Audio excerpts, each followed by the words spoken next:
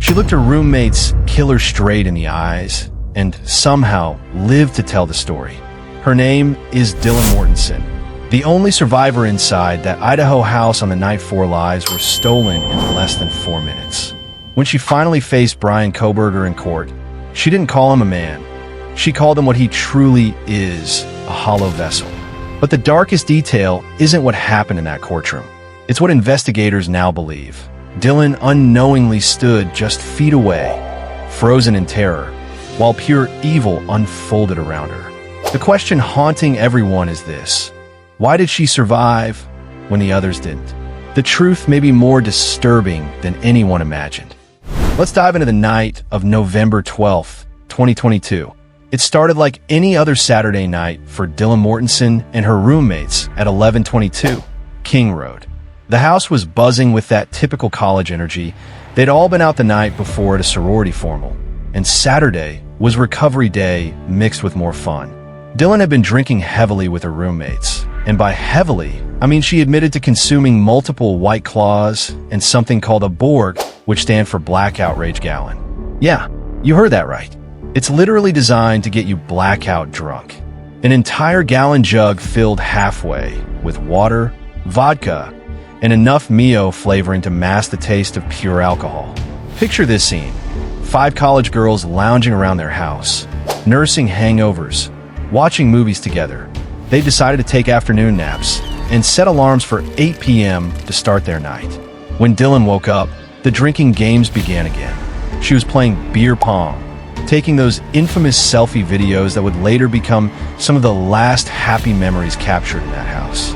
Maddie Mogan and Kaylee Goncalves had gone out to the corner club and grub truck, living their typical weekend routine. The house felt safe, familiar. Dylan knew every creak in those floors, every sound her roommates made. She could tell the difference between Kaylee's laugh and Maddie's, knew which doors slammed harder, could identify who was walking up the stairs just by the rhythm of their footsteps. This was home, chaotic, loud, filled with the kind of energy that only comes from young people who feel invincible. Around 2:30 a.m., Dylan heard the front door open. Maddie and Kaylee were back from their night out, carrying bags from the grub truck, their usual drunk food run for mac and cheese. Dylan could hear them in the kitchen, probably heating up their food, chattering about their night. The 4 girls, Dylan, Bethany, Maddie, and Kaylee, were all together on the main floor for a brief moment. Dylan noticed that Xana and Ethan's bedroom door was open upstairs, and she didn't see them anywhere. She was certain they weren't home yet. Dylan remembered them all talking about possibly ordering more grub truck food. She even texted their Uber driver, but exhaustion and alcohol were winning. Around 3 a.m., she made the decision that would unknowingly save her life. She went to bed. As she settled into her room on the ground floor, the house grew quiet. Maddie and Kaylee headed upstairs to the 3rd floor, probably scrolling through their phones, maybe watching TikToks, doing all those mindless things you do when you're trying to wind down after a night out. But here's what Dylan didn't know. While she was drifting in and out of consciousness, Xana Kernadle and her boyfriend Ethan Chapin had actually returned home. They quietly slipped into Xana's 2nd floor bedroom without Dylan noticing. The house was now full. All 6 residents were finally under one roof. It should have been the safest time of night. Everyone was home, doors were locked, and the outside world felt miles away. Dylan's room was positioned at the back of the house on the ground level, with a clear view of the sliding glass door that led to the backyard. From her bed, she could hear everything: footsteps above, voices carrying through the walls, the normal soundtrack of a house full of college students. She knew these sound like a mother knows her baby's cry. Every creak, every footstep, every voice belonged to someone she loved. Around 4 a.m., Dylan stirred from her alcohol-induced haze. Something was different. At first, she heard what seemed normal: music playing upstairs, someone moving around. She assumed it was Kaylee, probably playing music on her phone, maybe doing her skincare routine, or just having trouble falling asleep. Kaylee was known to stay up late, and the sound of her voice drifted down from the 3rd floor. Then came the footsteps. Heavy, deliberate footsteps that didn't match the light Doc Martens boots that all the girls typically wore. These were different, heavier, more purposeful. Dylan later told investigators that all the girls in the house wore Doc Martens, and she was so familiar with that particular sound that she could identify who was walking just by listening. But these footsteps didn't belong to any of her roommates. Then she heard it, a voice she'd never heard before, frantic and terrified, saying someone's here. The tone was somewhere between talking and yelling, filled with the kind of panic that Dylan had never heard from any of her friends. But in her intoxicated state, her brain tried to rationalize it. Maybe someone had surprised Kaylee? Maybe a friend had shown up unexpectedly? People were always coming and going from their house. It was the kind of place where friends felt comfortable just walking in. Dylan opened her door for the first time that night, peering out into the hallway. Nothing, just darkness and the lingering echo of those footsteps above. She closed the door and tried to process what she'd heard, but the alcohol made everything feel distant and dreamlike. Maybe she'd imagined it. Maybe it was just typical college house chaos. But then Murphy started barking. Murphy, Kaylee's dog, who hardly ever barked. Dylan knew that dog's temperament. He was usually calm, quiet, the kind of dog who adapted well to the constant noise and activity of college house. When Murphy barked, it meant something was wrong. Really wrong. Dylan heard someone running down the stairs, fast, desperate footsteps that seemed to echo through the entire house. She was certain it was Kaylee, probably wearing those Doc Martens, maybe running to let someone out or to check on Murphy. But the sound was frantic, urgent in a way that made Dylan's stomach turn even through her drunken fog. What Dylan didn't realize was that she wasn't hearing her roommate running to safety. She wasn't hearing someone going to help a friend or let someone out of the house. What she was hearing were the final moments of people she loved more than anything in the world, fighting for their lives just feet away from where she lay, paralyzed by confusion and alcohol. As Dylan lay in her bed, listening to these sounds that her brain kept trying to explain away, she had no idea that upstairs, her world was being destroyed one room at a time. She didn't know that the voice saying, "Someone's here," wasn't an announcement, it was a warning. She didn't know that those heavy footsteps belonged to a predator who had been watching their house, learning their routines, planning this moment. And she definitely didn't know that in just a few minutes, she would come face to face with the person responsible for those sounds. The person who had just shattered everything she thought she knew about safety, about home, about the people she loved most in the world. Safety tip: trust your instincts.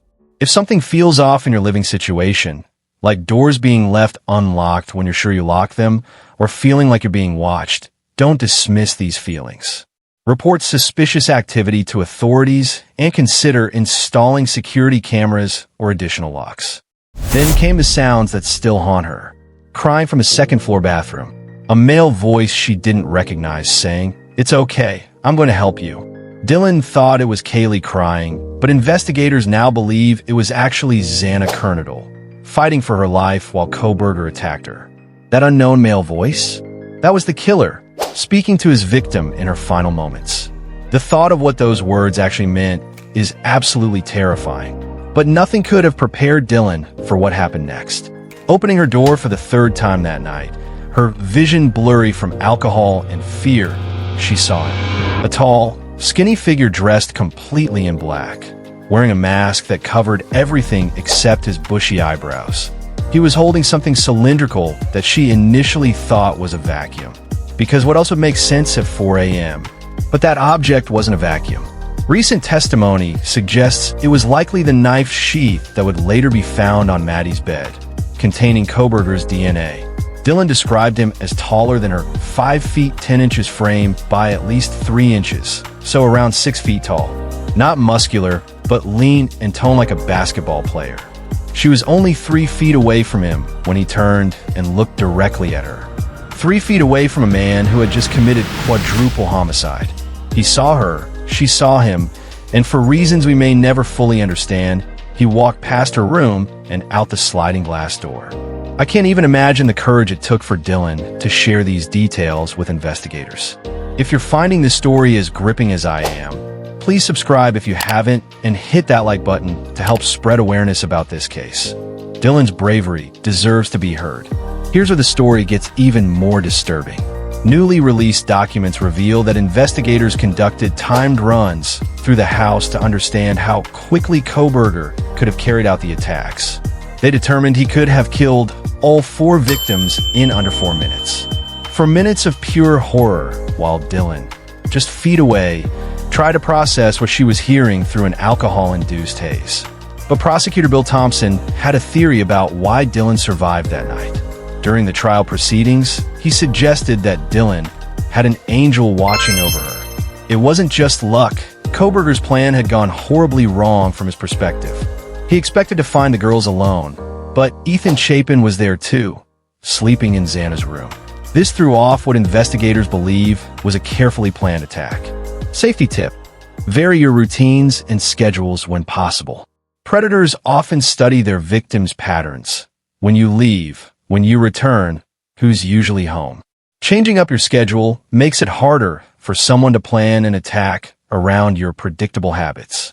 Criminal profiler Chris McDonough, who analyzed the case extensively, believes Kohberger went from being an organized killer to a disorganized one the moment his plan went sideways. Think about it. This guy had clearly done his homework. He'd surveilled the house, knew the layout like the back of his hand, knew which rooms the girls slept in. But Ethan's presence threw everything into chaos. Kohberger expected to find the girls alone, vulnerable, following their predictable weekend routines.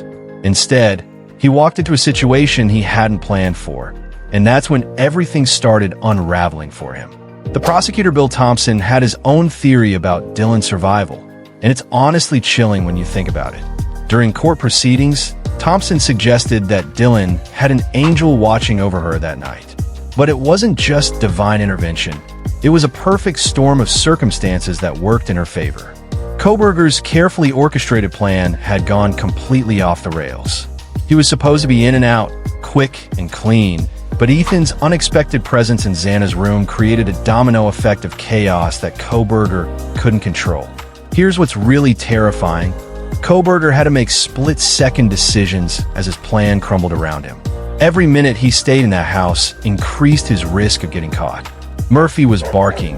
There was more resistance than he'd anticipated, and he'd already been seen by Dylan. At that point, he was probably more focused on getting out alive than completing whatever sick fantasy had brought him there in the first place. The organized predator who had stalked them for weeks suddenly became a panic killer, trying to escape before everything fell apart. But there's another layer to this that makes your skin crawl. Dylan told investigators that Kohberger would have had to pass by her room multiple times during his attack. He knew she was there. He'd seen her face, yet he chose to leave her alive. Was it because he'd already accomplished what he came for? Was he worried she'd already called the police? Or was there something even darker about his selection process that we'll never fully understand?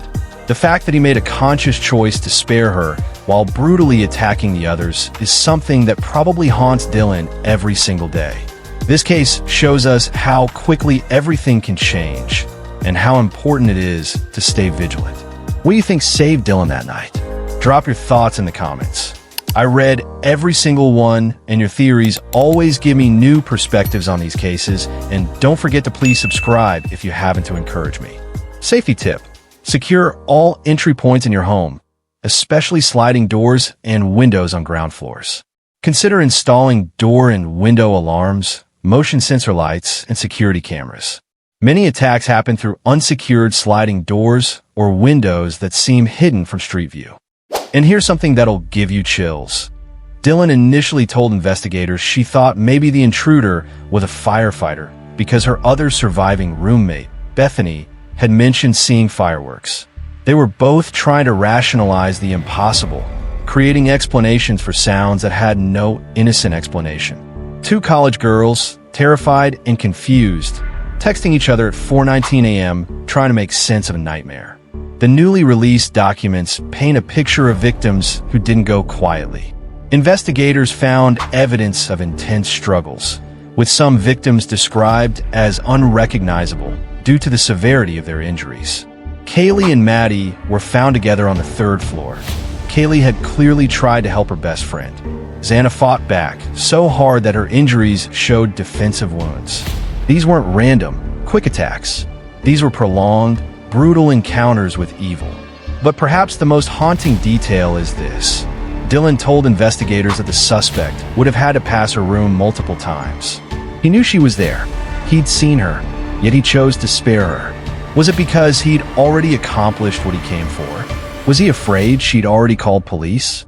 Or was there something else, something darker about his selection process that we may never understand?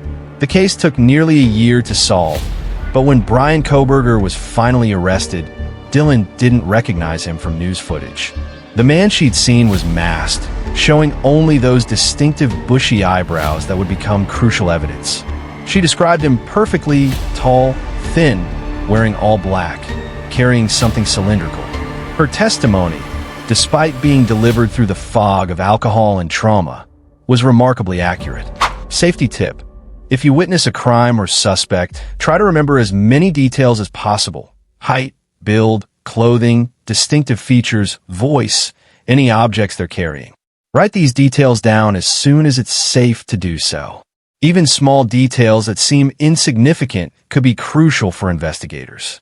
When Kohberger finally pled guilty in January 2025, Dylan got her chance to confront him directly. Standing in that courtroom, she delivered one of the most powerful victim impact statements ever recorded. She called him a hollow vessel and told him he was less than human. She spoke about how he didn't just take her friends' lives.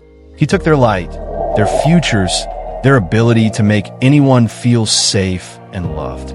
But here's what really gets me about Dylan's statement. She was barely 19 when this happened. They just celebrated her birthday in September. She should have been figuring out who she was, having the typical college experience, planning her future. Instead, she was forced to learn how to survive the unimaginable. And somehow, through all that trauma, she found the strength to look her friend's killer in the eye and tell him exactly what he was. Safety tip: if you're a survivor of violent crime, remember that seeking professional help isn't a sign of weakness. It's essential for healing. Trauma affects everyone differently, and there's no right way to process it. Connect with victim services, counselors, and support groups who specialize in helping survivors rebuild their lives. Dylan's journey from traumatized survivor to powerful witness is honestly incredible. The girl who once hid behind her door, confused and terrified, became the woman who stood up in court and reclaimed her voice. She faced down the monster who destroyed her world and refused to let him have a last word. That takes a kind of courage most of us can't even imagine.